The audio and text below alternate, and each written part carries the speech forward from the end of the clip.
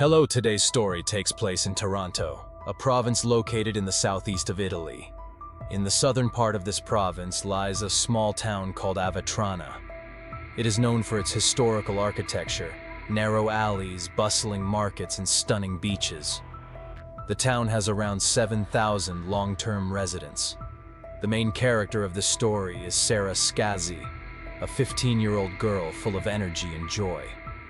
Her family consisted of 4 members: her father Giampiero Scazzi, her mother Concetta Serrano Spagnolo, and her brother Claudio Scazzi.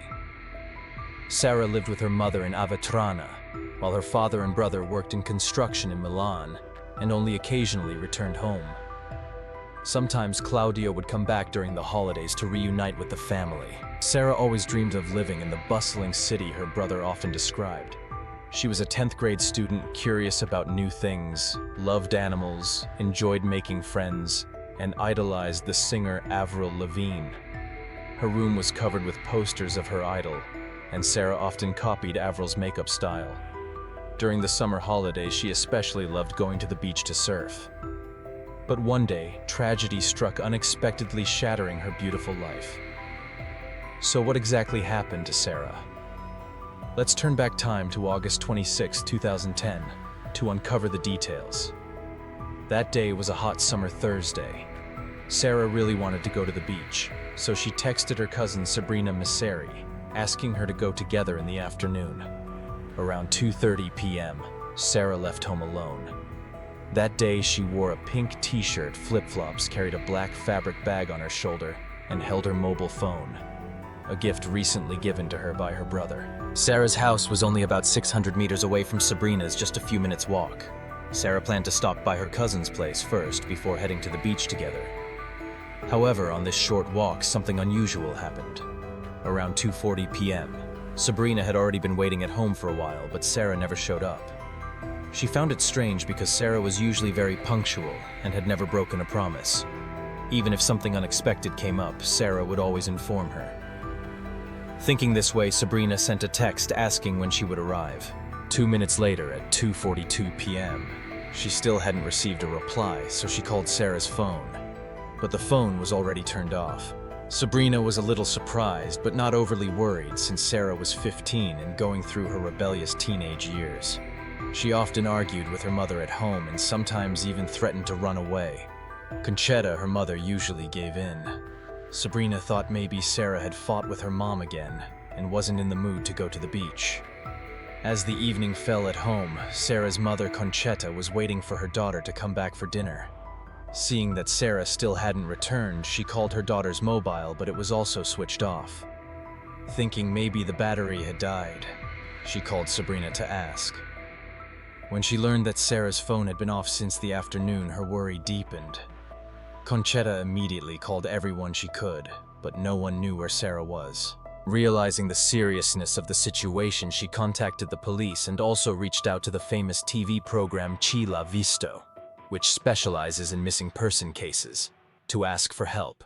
Shortly after, Sara's family and friends spread out across Avetrana, searching all night but found nothing. Once notified, the police also launched a search.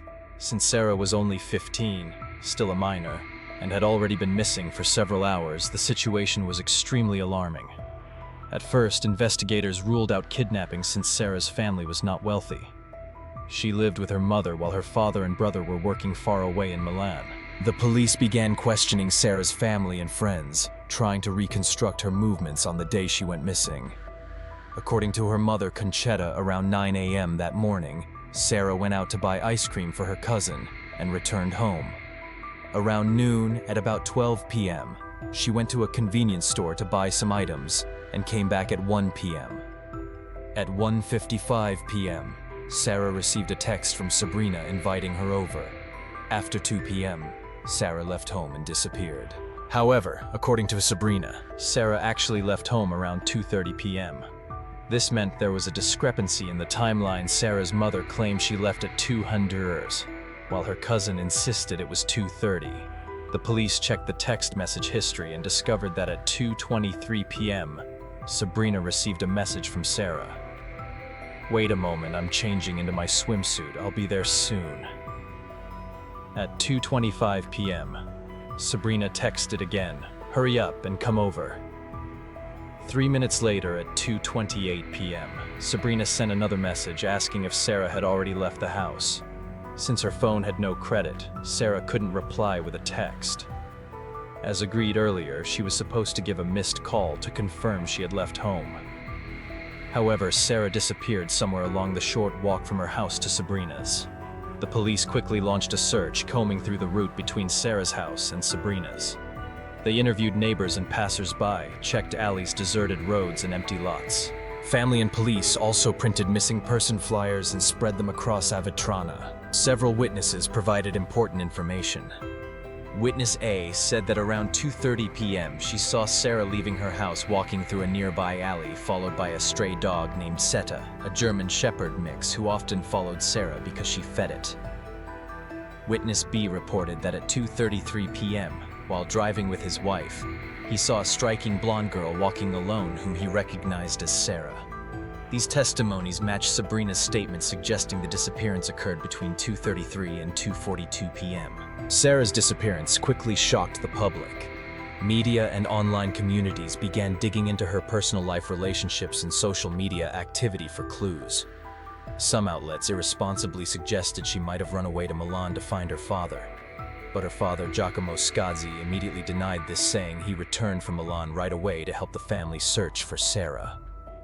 Rumors also spread that Sarah was with an older man she had met online, or that she was desperate to escape her small-town life for the excitement of a big city. Her parents strongly rejected these baseless rumors and defended their daughter's reputation. They believed Sarah had been kidnapped. Meanwhile, Sabrina's family, the cousin Sarah was supposed to meet, spent much of their time with Sarah's mother, supporting the investigation and talking to the media. The police investigated a middle-aged pastry chef in Rome who had chatted with Sarah on Facebook. She had confided in him about the pressures in her life and her wish to leave Avetrana.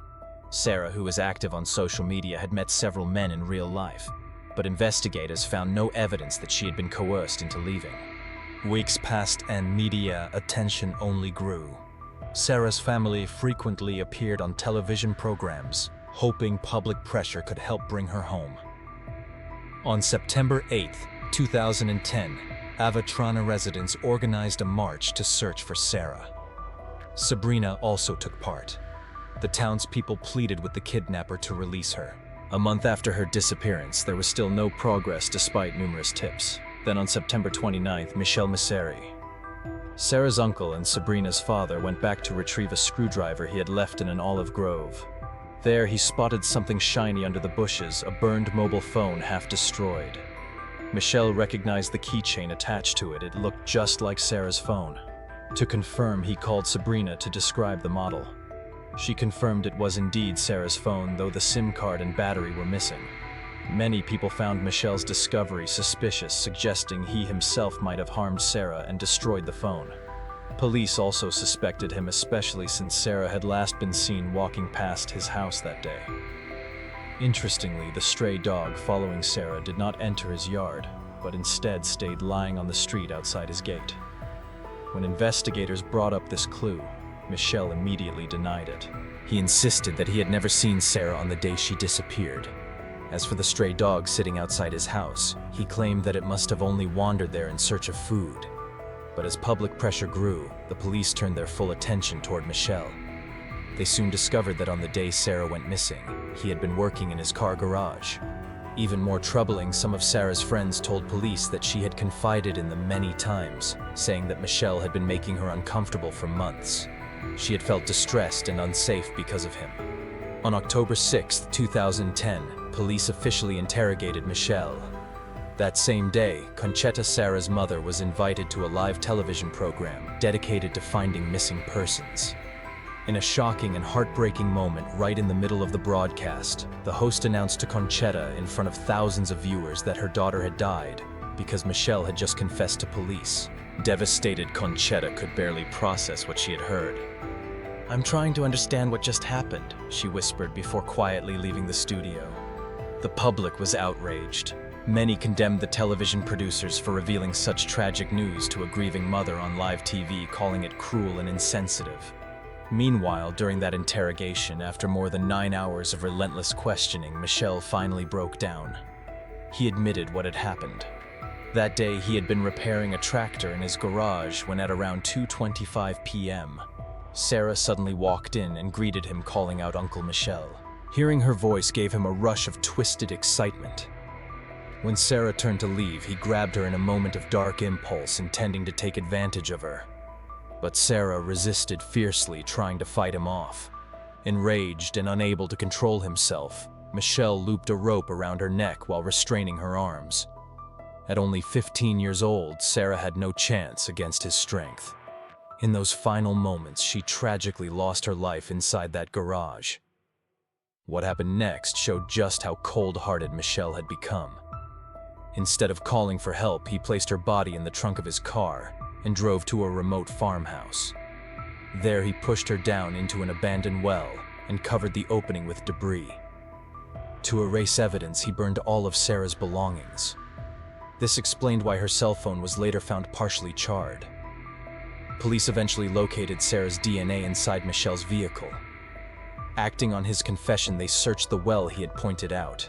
At the bottom, they recovered her remains. After 6 weeks submerged in water, the lower part of her body had deteriorated so badly that investigators couldn't confirm whether further harm had been done. But one thing was undeniable: the clear signs showed that Sarah had been strangled to death.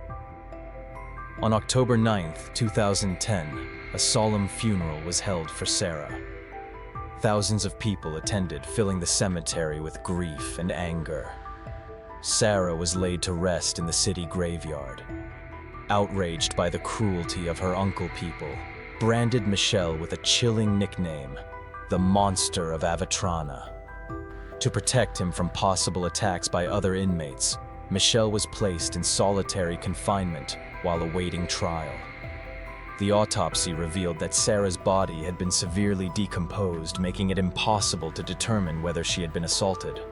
Bruises on her arms showed marks of being grabbed or restrained, likely with a rope or strong hands. A deep mark around her neck indicated strangulation with a belt about 3/4 of an inch wide.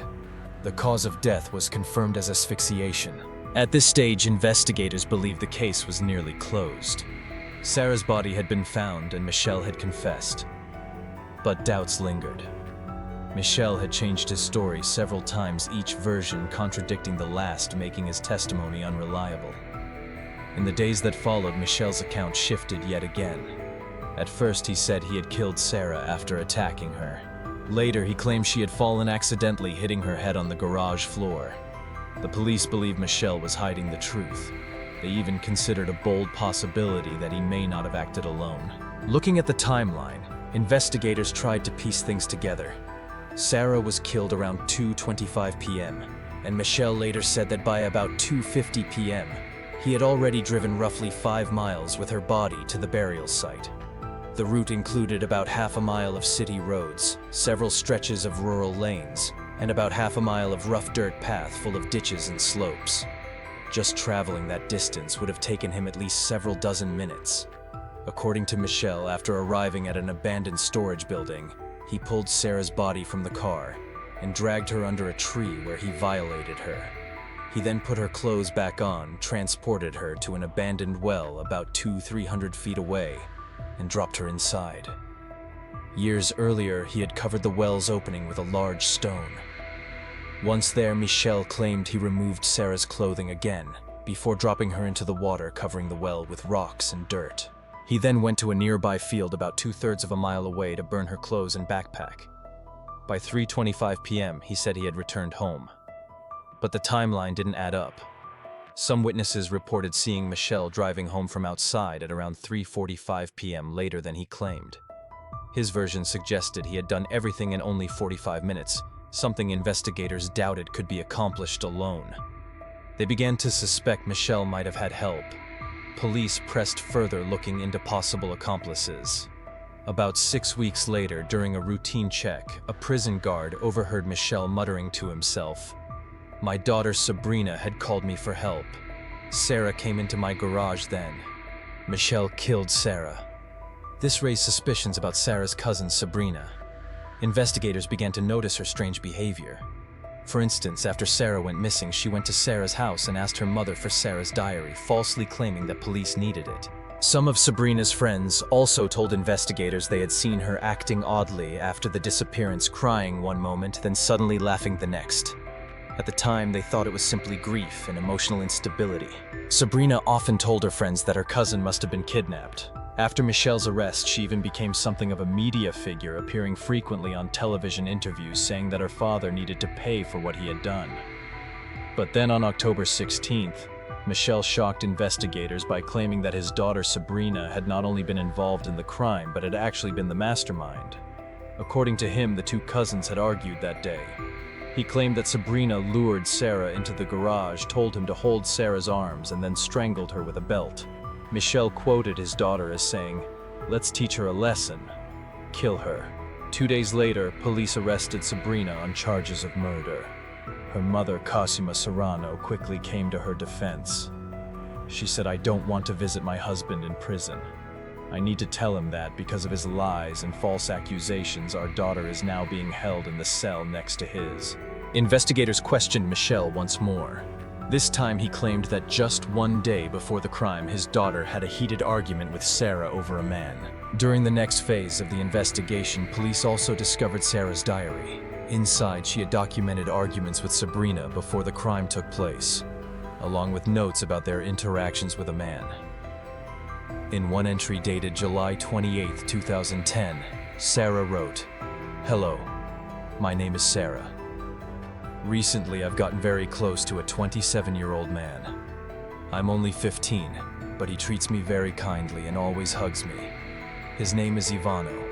My cousin Sabrina also likes him, but I don't know if I truly like him or if I just see him as a friend. I feel very confused."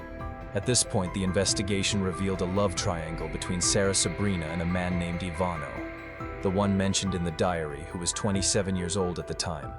2 months before the crime, Sarah had written another diary entry. "Yesterday, I went to the beach with Sabrina and Ivano. I was very happy. But Sabrina told me that next time she wanted to go with Ivano alone, and that I should stay home. When she said that, I felt extremely uncomfortable and stressed. It seemed that tensions between Sarah and Sabrina had begun from that moment, centered around the same man. With this lead, police questioned Ivano. He admitted to being very close to both girls and said he had once been in a relationship with Sabrina, but later broke up because he didn't want their friendship to turn into romance. However, he insisted that he never believed Sarah, a 15-year-old girl, had any feelings for him. He claimed he had never even seen Sarah before the crime took place. Yet a thorough investigation showed otherwise. Ivano did in fact have a soft spot for Sarah, and often gave her special attention.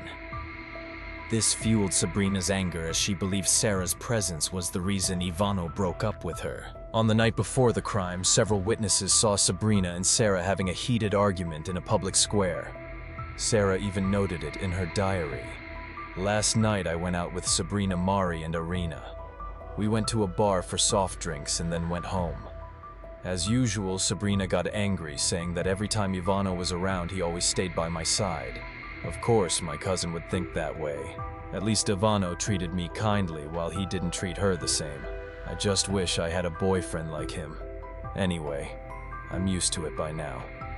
From this, police finally uncovered the motive. Sabrina killed her cousin Sarah out of jealousy. On November 6, 2010, Michele, Sabrina's father, changed his original testimony. He now denied ever abusing Sarah and placed all the blame for the killing on his daughter. He testified that around 2:00 p.m. on the day of the crime, Sabrina had called him to the garage.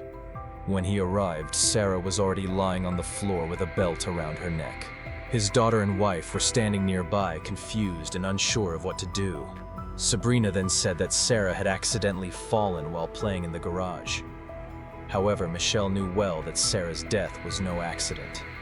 Still, for the sake of family, they decided to hide the body. 9 months later, police received a crucial tip from a flower shop owner. He reported that between 2:00 and 2:20 p.m. on the day of the crime, he had seen 2 women dragging Sarah along the road and forcing her into a car. Another witness, Mr. C, also came forward. He stated that at around 1:50 p.m., He saw 3 cars parked outside Michelle's house with the garage door wide open. A few minutes later, Sarah ran out of the garage looking as if she had been hurt and was crying. Immediately after, Sabrina and her mother Cosima rushed out as well and drove off, seemingly chasing after Sarah. Based on the testimonies of these 2 witnesses, police suspected that Sabrina and her mother had forced Sarah into a car around 2 p.m., right in front of a florist's delivery truck. On October 26, 2011, police arrested Cosima, Sabrina's mother, on charges of murder and kidnapping. 5 days later, Michelle was released after serving 6 months in custody for concealing or tampering with a body. However, authorities made it clear he would soon face new charges. But Valentina, Sabrina's sister, believed it was actually their father, Michele, who killed Sarah, not Sabrina and Cosima. She suspected that on that afternoon, Sarah had gone into the family's garage. At the time, their mother was taking a nap and Sabrina wasn't home. Left alone with Sarah, Michelle may have tried to take advantage of her, and in the heat of the moment, killed her. Valentina also recalled that Sabrina once said if Sarah showed too much affection toward Ivano in public, she would be upset not out of jealousy, but because she wanted to protect her. According to Valentina, Sabrina's words were often misunderstood.